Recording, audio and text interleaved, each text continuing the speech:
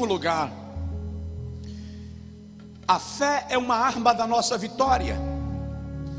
Se a fé é uma arma da nossa vitória, deixa eu te falar rapidinho sobre o perigo da oração sem fé. Quantas vezes a gente vai orar só para cumprir tabela? Ora só por desencargo de consciência. E aí a Bíblia diz em Romanos capítulo 14, versículo 23, que aquilo que não é por fé é pecado. Diga comigo, orar sem fé é pecado.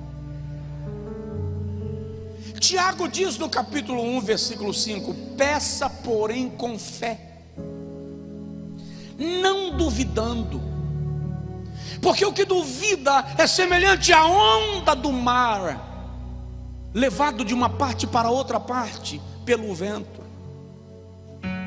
Marcos capítulo 11 relata para nós quando Jesus chegou um dia diante de uma figueira, procurando figo para comer, e ela não tinha fruto.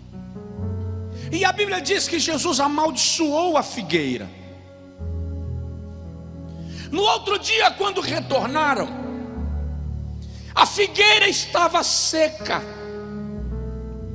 E os discípulos perguntaram a Jesus: mas como a figueira secou? Jesus disse: tende fé em Deus.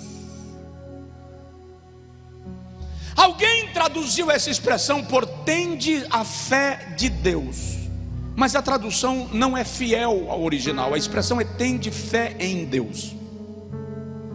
Mas deposite nele completa e absoluta confiança. O que Jesus está dizendo? Se você depositar nele completa e absoluta confiança, tenha muito cuidado com o que você vai falar.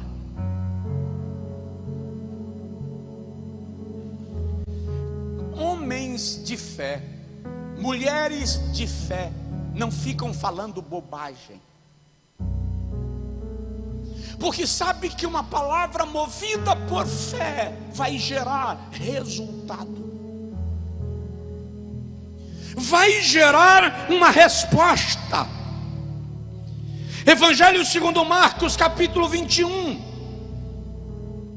versículo 22, Jesus diz: tudo que pedirdes, crendo, recebereis.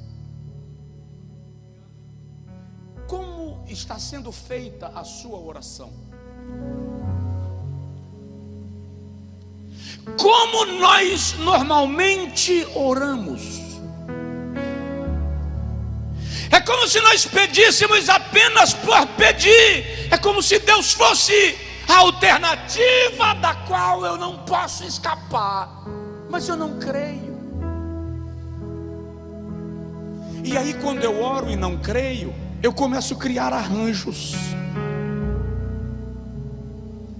eu começo a usar de armas minhas, meio que para fazer o que Deus não fez. Eu quero dar uma mãozinha para Deus. É a ausência de fé. Presta atenção. Quando Jesus está caminhando sobre as águas, lembra desse episódio? E os discípulos ficam apavorados, Mateus capítulo 14. E Jesus diz para eles: não tenham medo, sou eu, não temais. Jesus diz a Pedro, Pedro diz: Senhor, se és tu mesmo, manda que eu vá ao teu encontro. Jesus disse: vem. Pedro coloca o pé fora do barco e sai caminhando sobre as águas. Isso é fé. Mas de repente a Bíblia diz que Pedro começou a duvidar. E quando Pedro começou a duvidar, a Bíblia diz que ele começou a submergir. Presta atenção, se ele começou a submergir, ele não desceu de vez, não foi um afundar, ele vai descendo, e Pedro percebe, e ele se apavora. Qual era a profissão de Pedro? Eu vou perguntar novamente: qual era a profissão de Pedro?